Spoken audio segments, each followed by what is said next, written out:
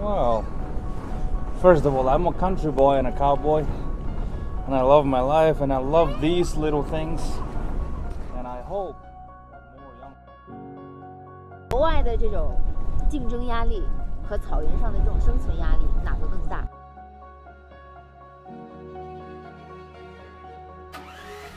比如说今天就丢了一只小羊羔，羊回来喝水了，就发现有一只羊妈妈就不停地在跑，那我就去找，要没找着那肯定是狐狸吃了呗。国外的更像是工作，但是回来了以后，可能这个更多的像是一种生活。没找着，回来我做饭，妈妈去找。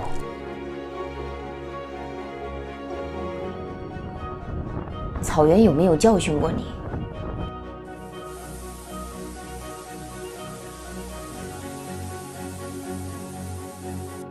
教训有，毕竟离开家乡那么多年了。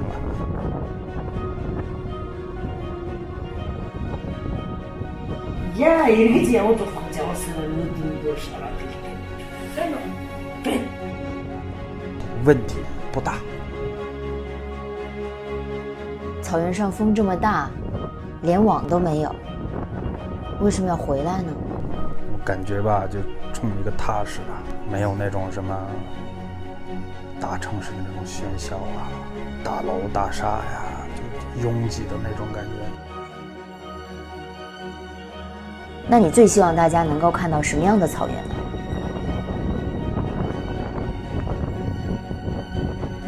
还是夏天吧。那什么样的人需要支撑草原的春天和冬天呢？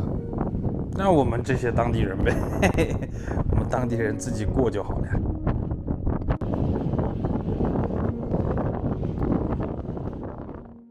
你觉得它是一个简简单单的守护吗？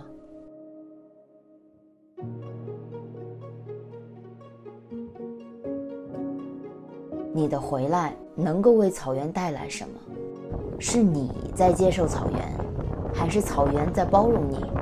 你在草原上渴望得到什么？安宁嘛。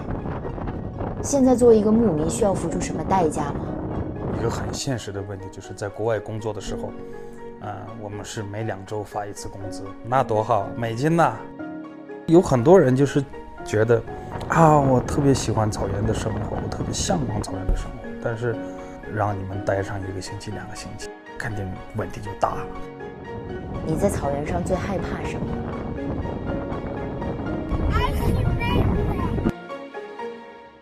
继承这一片草原对你来讲意味着什么？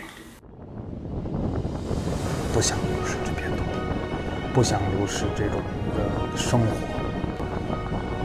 我们不继承，谁继承呀？